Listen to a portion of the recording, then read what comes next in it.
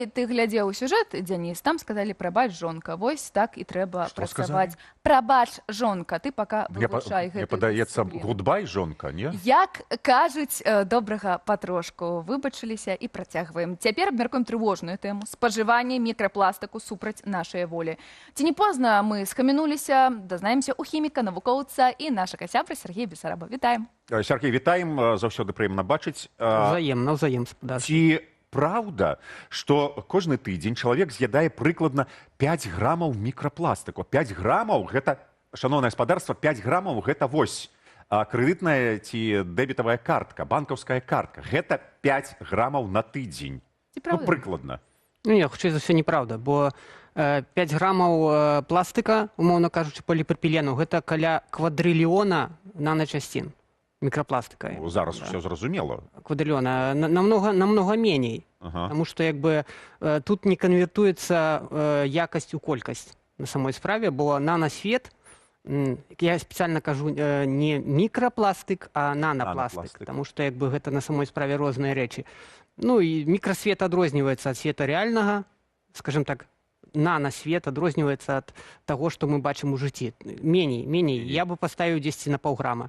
Паўграм 5. Просто як я сабе ўяўляю, вы кажаце пра нана-часцінкі, то бок гэта зусім маленькі, але я бачу, напрыклад, калі я выкарыстоўваю, а я ўсё яшчэ выкарыстоўваю гэту дошку пластыкавую, каб нешта нарэзаць, я бачу, як вось ідзе нейкая такая стружачка, і для мяне гэта і ёсць мікрапластык, але я так разумею, гэта макрапластык. А вось гэтыя маленькія часцінкі, дзе яны могуць сустракацца, калі я не раблю гэта ўжо так упэўнена, як рэжу хлеб ці моркву нейкую. Вось, дарэчы, Кацярына, вельмі правільная заўвага, таму што калі размова ідзе пра, скажем так, часціны пластыка, тут нейкая хлуслівасць ёсць адразу з самага пачатку інфармавання, вось з боку медыа, напрыклад, усе кажуць пра мікрапластык, пра шкоду мікрапластыка. Адчыняем, кажучы, нейкі навуковы артыкул і бачым там размову пра наночасціны. То бок, так давайте казаць пра наночасціны менавіта. То бок тое, што 10 мінус 9. А мікрапластык гэта мікраметровы памер, то бок гэта тое, што бачна вокам, неўзброеным у прынцыпе, вось стружачка. І гэта, бутэлька, пластыкавая бутэлька, вот заўсёды мне падаецца, што... Калі там нешта адвальваецца. Да, вось гэта, і мы... Гоп, яно як увайшло, так і выйшла, насамрэч. То бок гэта не пранікае праз кішэчнік, яно выводзіцца проста з кішэчнікам. Мікрапластык, ён выводзіцца праз кішэчнік, не фіксуецца. Гэта трэба запомніць. Нанопластык, наночасціны памерам каля 300 нанометраў, гэта 0,3 мікраметра прыкладна, ён пранікае ў кроваток. Гэта не толькі пластык. Любая наночасціна такога памера, яна, трапляючы праз кішэчнік, напрыклад, ці праз лёгкі, яна трапляе ў кроваток і кроўю пераносіцца па ўсім органам і адкладаецца. Таму мы чуем, што мікрапластык знайшлі ў мозгу чалавека, знайшлі ў плацэнце, знайшлі ў ганадах, там усюды знайшлі.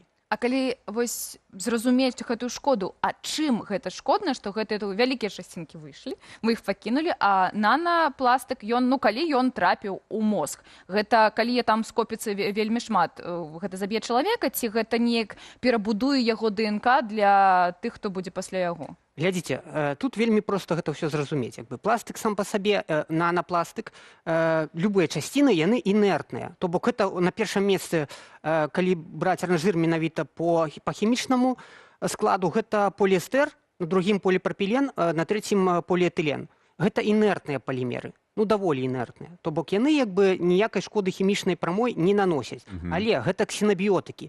То бок тое, чаго ў арганізме ў прынцыпе няма ніколі. Калі ксенабіотык трапляе ў арганізм, то арганізм спрабуе адторгнуць гэта, утварае запаленчую рэакцыю.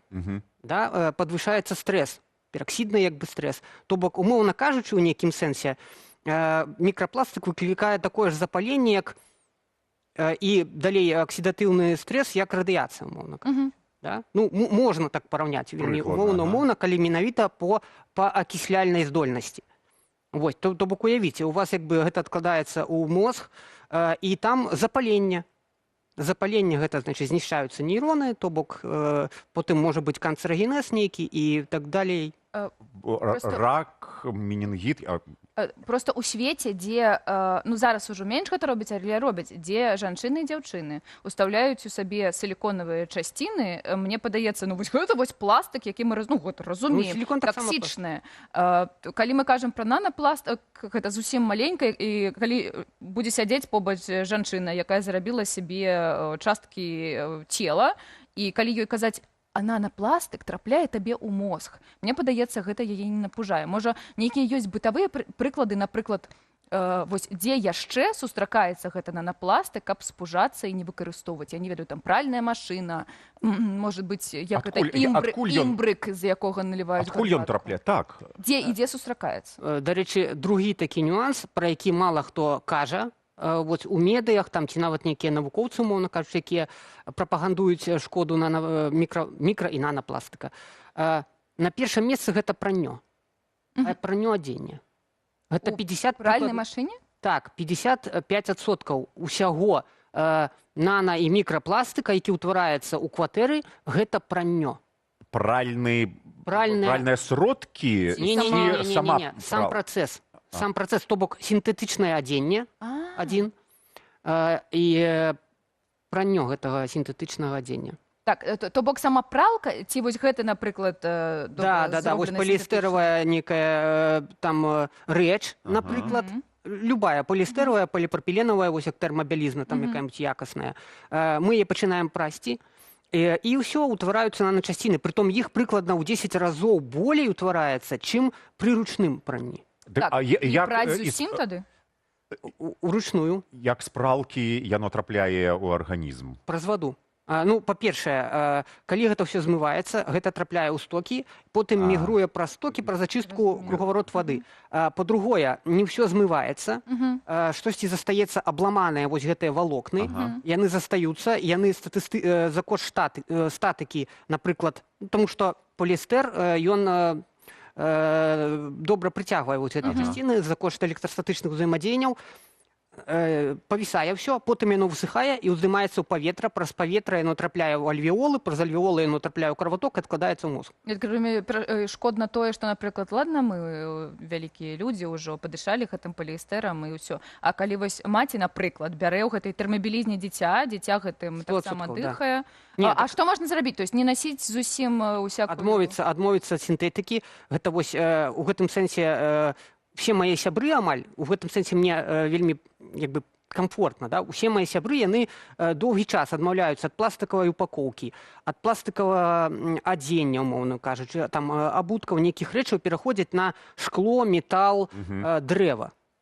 І вось калі кожны... Ну, мы поўнасцю пазбавіцца не можам ад наначасцін, таму што наш свет, ён взаемазвязаны.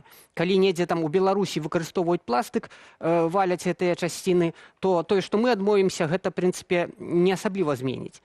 Але ўсё ж трошкі зменіць. Калі мы не можам поўнасцю,